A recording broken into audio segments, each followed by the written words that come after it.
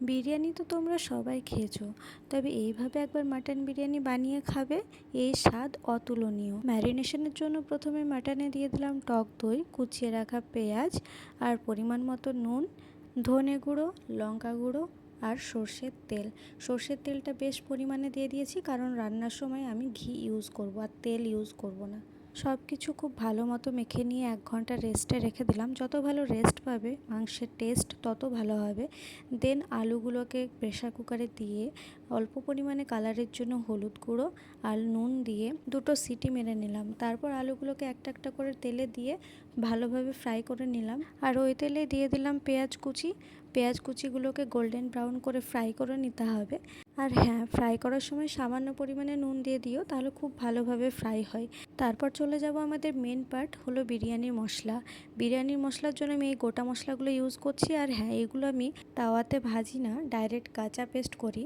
এই জন্য বিরিয়ানির টেস্ট আরও অন্যরকম আসে। তোমরা একবার ট্রাই করো। তারপর একটা কড়াইয়ে পরিমাণ মতো ঘি, গোটা মশলা আর তেজপাতা দিয়ে ম্যারিনেট করে রাখা মাটনটা দিয়ে দিলাম। তারপর ভালোভাবে 3-4 মিনিট নাড়ার পর ওতে দিয়ে দিলাম আদা, রসুন আর লঙ্কার একটা পেস্ট। তারপর 7-8 মিনিট ধরে ভালোভাবে নাড়াচাড়া করে কষিয়ে নিয়ে ঢাকা দিয়ে দিলাম জল বেরোনোর জন্য। ওই যে গোটা মশলাটা পেস্ট করে রেখেছিলাম, তার 3 ভাগের 2 ভাগই দিয়ে দিলাম মাংসে, আর দিয়ে দিলাম মিট মশলা আর জিরে গুঁড়ো। তারপর খুব ভালোভাবে নাড়াচাড়া করে নিয়ে কষিয়ে প্রেশার কুকারে দিয়ে দিলাম 3টে সিটি মারার জন্য, যাতে মাংসটা খুব ভালোভাবে সেদ্ধ হয়ে যায়। আর হ্যাঁ, সামান্য পরিমাণে আমি একটু জল অ্যাড করেছিলাম।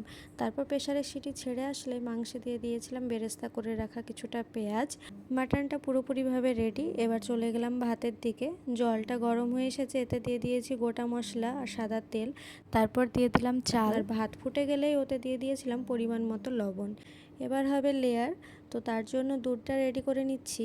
বেঁচে থাকা যে গোটা মশলা বাটাটা ছিল সেটা দিয়ে দিলাম পুরোপুরিভাবে দুধে। আর তারপর দিলাম ওতে সামান্য পরিমাণে নুন, আর দিয়ে দিলাম কেওড়া জল, গোলাপ জল। এবার একটা বড় হাঁড়ি নিয়ে নিলাম, হাঁড়ির তলাতে দিয়ে দিলাম ঘি।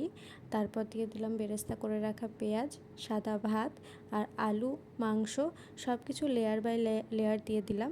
তারপর দিয়ে দিয়েছিলাম ওই যে রেডি করে রাখা দুধটা। এইভাবে পরপর পরপর সব লেয়ারগুলো সাজিয়ে নিতে হবে, তাহলেই আমাদের বিরিয়ানির লেয়ারিং কমপ্লিট হয়ে যাবে।